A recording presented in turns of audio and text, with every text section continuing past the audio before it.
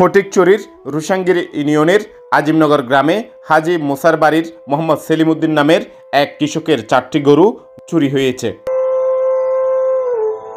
গতকাল রাতের কোনো এক সময় গোয়ালঘর থেকে বাছুর সহ গরুগুলো নিয়ে যায় চোরের দল।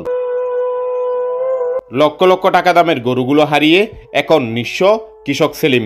এর আগেও একই গ্রাম থেকে আরও গরু চুরি হলেও উদ্ধার হয়নি একটিও। সার্গো গরু আছিল, সার্গর মধ্যে 3 আর আজি বহুত বছরের অধিক পালিত গরু এবং গত সপ্তাহের মধ্যে আরোগ্য গরু কিনে নিলাম এই 2075 দিয়ে গত এক সপ্তাহ আগে দিয়ে কিনে নিলাম। তো রাতিয়ে রাতের 11টা-12টা বাজো আয় এটা ঢুকি চাইলাম এত গরু আছে আয় তালা তুলো মারি আর ব্যাগিং ক্লিয়ার করি আর গেই। এরপরে মধ্যরাতের মধ্যে ঘন্টায় মধ্যে জানি স্রোত দলাই আর এই গরুগুলো লগেই গই।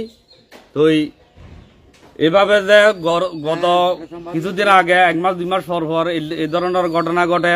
তো প্রশাসনের দৃষ্টি আকর্ষণ করছুম ওনারা যদি সজাগভাবে আর কৃষকদের যদি সাপূর্ণ দেন আর কৃষক অসহায় এবং আর কৃষকতে বারবার প্রাকৃতিক দুর্যোগ এইভাবে গরু চুরির এইভাবে ক্ষেত্র নষ্ট আর সর্বক্ষেত্রে আর কি আর ক্ষতিগ্রস্ত। তো প্রশাসনের দৃষ্টি আকর্ষণ করি যে ওনারা যেভাবে এই সিন্ডিকেটর যদি নধরন তৈলে আর কৃষক মরিব, কৃষক বাইস্তুন দেশের মধ্যে ইয়ার নির্ভর হয়ে যায় ঘুরব কৃষির।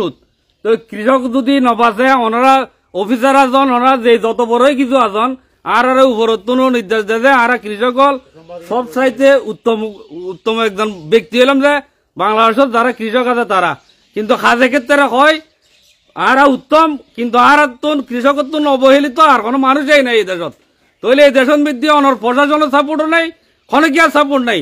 প্রত্যেকে যদি ওনারা যদি কৃষকের সাপোর্ট দেন অনরা খানা দিয়ে সম্পূর্ণ হইবে, অনরাও বাঁচি থাকিবেন, দেশও বাঁচি থাকিব। অনার প্রধানমন্ত্রী হইতে এরা যেটুকুন মানুষ আছে ব্যাকরণের খাদ্য নির্ভর হয়ে যায় কৃষক। তো আর দৃষ্টি আকর্ষণ হয়ে যায় প্রশাসনের প্রতি এবং ঊর্ধ্বতন কর্মকর্তা যারা আছে প্রত্যেকের প্রতি যেন তারা ব্যাগিন ই লইয়ারে গবেষণা করি আর সিন্ডিকেট বাইর করে দেন। বাইর করে দিলে আজ আর ক্ষতি হইয়া আর দিন আর ক্ষতি নয়। এইভাবে আর দৃষ্টি আকর্ষণ করি প্রশাসনের এবং ঊর্ধ্বতন কর্মকর্তা যারা আছে ইনের লগে যারা জড়িত কৃষি খাতে যারা জড়িত আর কৃষকরা বাঁচান ওনারা যদি আর কৃষক যদি নবাচন আর দেশ বরবাদ দিব। তো আর হতাশ আগত তো নয় আর ক্ষণসম্মত ক্ষণিকিয়া এই পর্যন্ত যা কিছু চুরি 200 চুরি 500 চুরি কিন্তু উগ্র গরু এই পর্যন্ত উদ্ধার নয়।